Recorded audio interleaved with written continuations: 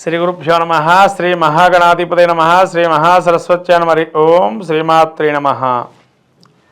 వృశ్చిక రాశికి చూసినట్టయితే ఈ యొక్క విశాఖ నక్షత్రం 4వ పాదము, అనురాధ నక్షత్రం 4 పాదాలు, అట్లాగే ఈ యొక్క జ్యేష్ఠ నక్షత్రం 4 పాదాలు వృశ్చిక రాశికి సంబంధించినటువంటివి.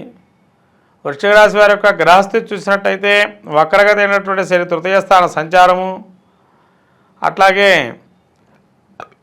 రాహు 5వ స్థాన సంచారము, అట్లాగే గురువు వక్రగతి అయినటువంటి గురువు 6వ స్థాన వీక్షణముల సంచారము, కుజుడు 8వ స్థాన సంచారము, రవి బుధ కేతువులు 11వ స్థాన సంచారము, 12వ స్థానం శుక్ర సంచారము.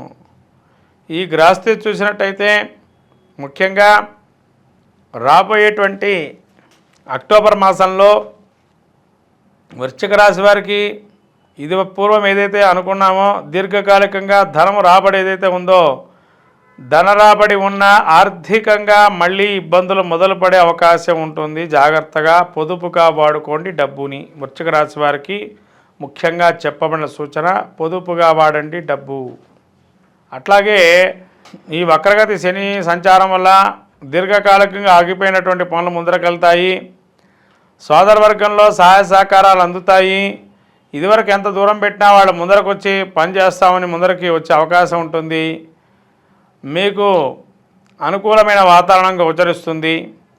అట్లాగే సంతానం చికాకులు పొందే అవకాశం ఉంటుంది. పంచమ స్థానం రాహు సంచారం వల్ల సంతానం చెప్పిన మాట వినకపోవటం వల్ల కొన్ని ఇబ్బందులు అనేవి గోచరిస్తున్నాయి.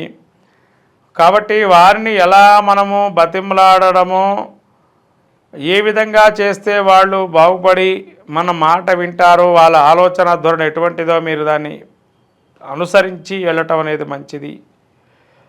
అట్లాగే షష్ఠ స్థితి గురువు సంచారం వల్ల లాస్ అంటే హెవీ వెయిట్ అయ్యే అవకాశం ఉంటుంది. జాగ్రత్తగా వృశ్చిక రాశి వారు ఆలస్యంగా తినకపోవటం, ఏదైతే సకాలంలో తినడం అనేది మంచిది. లేదా ఓవర్ వెయిట్ అయ్యి గ్యాస్ట్రిక్ ట్రబుల్స్ వచ్చి అనారోగ్యం అనేది ఫీల్ అయ్యే అవకాశం ఉంటుంది. అట్లాగే మీ వల్ల అశాంతి వాతావరణం ఏర్పడిందని మిమ్మల్ని నెపంగా చూపించేటువంటి వారు ఉంటారు. అట్లాగే కుజుడు 8వ స్థాన సంచారంలో ఇంట్లోనే ఉన్నా కూడా శస్త్రచికిత్సలు అంటే కత్తితో కానీ, బ్లేడుతో కానీ, చాకుతో కానీ, స్పూన్తో కానీ, చెక్క ముక్కతో కానీ ఎక్కడైనా ఒక చిన్న దెబ్బలు తగిలే అవకాశం ఉంటుంది. జాగ్రత్తగా ఉండండి. ఇంట్లో నడిచేటప్పుడు ప్రతి పనిని కూడా శ్రద్ధ పెట్టి చేయండి. మొండిగా వ్యవహరించకండి. ప్రతి పనిని చేయగలుగుతామని చెప్పి మీకు అది సాధ్యమైతేనే చేయండి.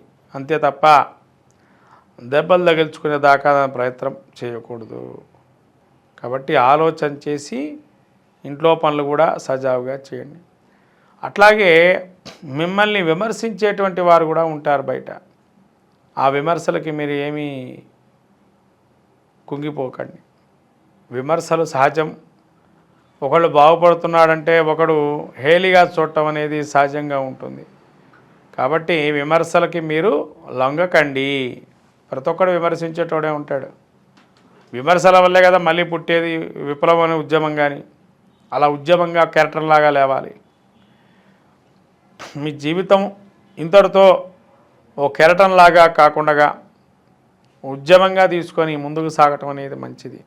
అట్లాగే రవి బుధ కేతువు ఏకాదశంలో ఉండటం వల్ల మీకు పెద్దన్న వరుసయ్య వారు కానీ, పెద్దవాళ్ళు కానీ మిమ్మల్ని అనుసరించే విధానంగా ఉంటారు. మీకు అనుకూలమైన వాతావరణాన్ని వాళ్ళు సృష్టించే అవకాశం ఉంటుంది. కొంత క్రియేటివిటీనెస్ అని మీకు మీరే సాధ్యమని అనుకునే అవకాశం ఉంది. అనారోగ్యం అనేటువంటి అవకాశం ఉంది. కాబట్టి సకాలమైనటువంటి భోజనాన్ని చేయండి. వేళకి తప్పి భోజనం చేయటం మంచిది కాదు. అట్లాగే ఔషధ గుణాలు ఉండేటువంటి పదార్థాలు తీసుకోవటం మంచిది. ఏదో తిన్నాం బయట దొరుకుతుంది ఇవాళకి అయిపోతుంది అనేది కాకుండా ఇంట్లోనే సహజంగా తినటం అనేది మంచిది. ఎందుకంటే గురుడు షష్ఠ వీక్షణ వల్ల వెయిట్ అయ్యే అవకాశం ఉంటుంది. అంటే బాడీ హెవీనెస్ పెరిగే అవకాశం ఉంటుంది. అట్లాగే శిరోవేద విపరీతం తలనొప్పి వచ్చే అవకాశం ఉంటుంది. కాబట్టి మీరు ఎక్కువగా స్ట్రెస్ ఫీల్ కాకండి, మీ పని మీరు ఏది చేసుకోండి. ఈ వృశ్చిక రాశి వారికి ముఖ్యంగా వ్యాపారంలో ఉండేటువంటి వారికి అనుకూలమైన వాతావరణము, సినీ రాజకీయ ప్రముఖులకి కూడా అనుకూలమైన కాలము, రాజకీయ నాయకులకి ప్రతికూలమైన కాలము చెప్పబడినది. అట్లాగే వ్యవసాయదారులు కానీ మిగతా రంగాల్లో వృత్తిరీత్యా వ్యాపారం చేసేటువంటి వారు ఎవరైతే ఉన్నారో వాళ్ళకి మిశ్రమ ఫలితాలు గోచరిస్తున్నాయి. అట్లాగే క్రీడారంగంలో ఉండేటువంటి వారికి అద్భుతమైన ఫలితాలు, అద్భుతమైనటువంటి ఛాన్సులు వచ్చే అవకాశం ఉంటుంది రాబోయే కాలంలో. వాటిని తీసుకోవడానికి ప్రయత్నం చేయండి. ఏదో చిన్నవి కదా అని చెప్పి తులనాడకుండా పడేయకుండా వాటిని దగ్గర తీసుకోండి. మొత్తం మీద వృశ్చిక రాశి వారికి అక్టోబర్ మాసంలో ఇంకా మెరుగైన ఫలితాలు పొందాలి అనుకున్నట్లయితే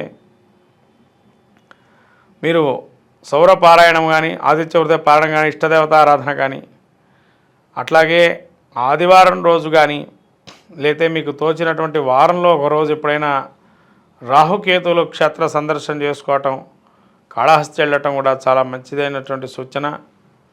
కాబట్టి సకలమైనటువంటి పాపాలు అన్నీ హరించేటువంటి వాడు శ్రీకాళహస్తీశ్వరుడుగా, దోషరహితాలు తొలగింపజేసేటువంటి వారు స్వామి. కాబట్టి ఆ క్షేత్ర దర్శనానికి వెళ్ళి మంచిగా ఫలితాన్ని పొందాలి.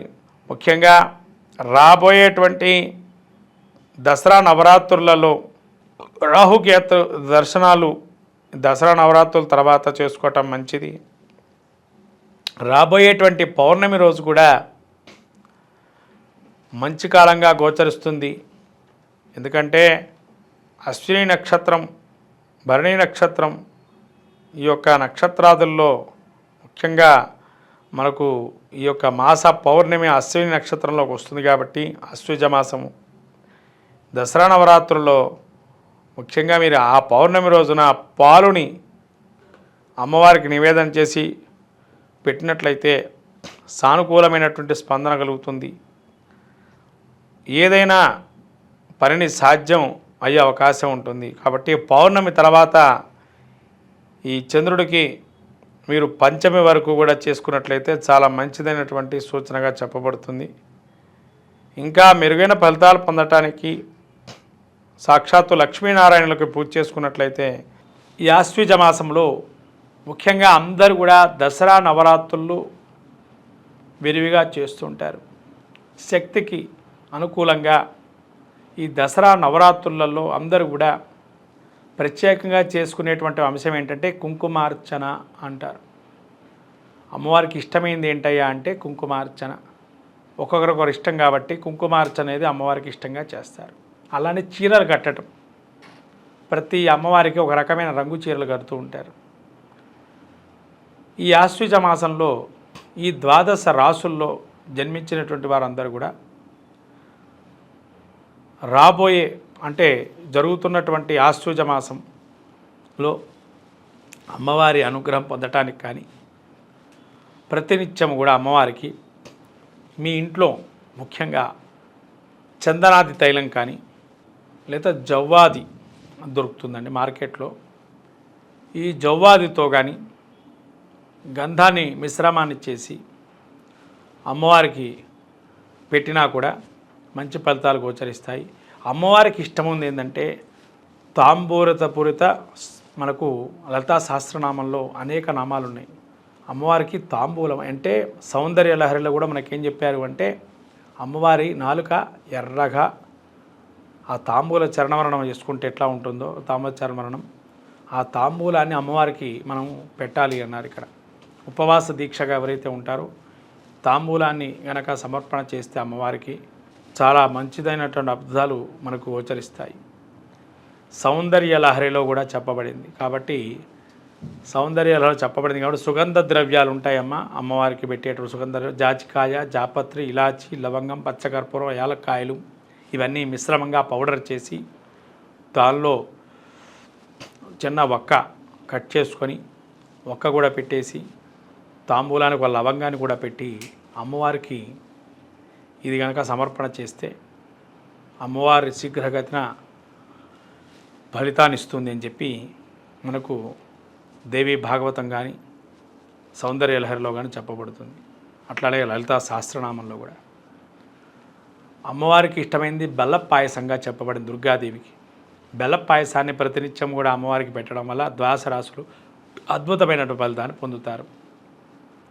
ఈ ఆశ్వయుజ మాసంలో రాబోయేటువంటి పౌర్ణిమ కూడా చాలా విశేషంగా అశ్విన్య దేవతలకు సంబంధించినటువంటిది. అంటే రాజవైద్యులని పిలుస్తుంటారు వీరిని. అశ్విని దేవతల్ని రాజవైద్యులుగా వ్యవహరిస్తారు కాబట్టి ఈ ఒక పౌర్ణమి రోజున ఎవరికైతే మానసిక రుగ్మతతో, అంటే మానసికమైనటువంటి టెన్షన్స్, అంటే ఎట్లా మన జాతకంలో ఏ విధంగా కనబడతాయండి అంటే ఇవి కేతువు చంద్రుడు లేదైనా రాహువు చంద్రుడు వీటి కలయిక వల్ల కానీ వీటి పరస్పర వీక్షణ వల్ల కానీ మానసికమైన రుగ్మతలు గోచరిస్తాయి. అంటే ఇమ్మెచ్యూరిటీ ప్రాబ్లమ్స్ అనేది ఉంటాయి. వాటికి కాను రాబోయేటువంటి పౌర్ణిమ ఏదైతే ఉందో ఆ రోజు కానీ చంద్రబింబానికి, అంటే పౌర్ణమి నాటి చంద్రబింబానికి కానీ పాయసాన్నం చూపించినట్లయితే అన్ని భయాల నుంచి కూడా తొలగింపజేస్తుందని మనకు లలితా సహస్రనామంలో చెప్పబడింది. పాయసాన్న ప్రియాత్వస్థ పశులోక భయంకరి అని చెప్పబడింది.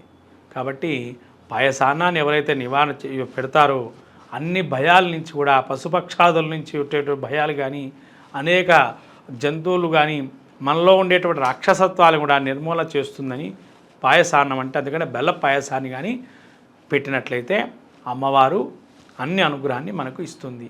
ఇది ఈ దసరా నవరాత్రులలో ద్వాదశ రాశి వాళ్ళందరూ కూడా పాటించాల్సిన నియమం. శ్రీమాత్రే నమః.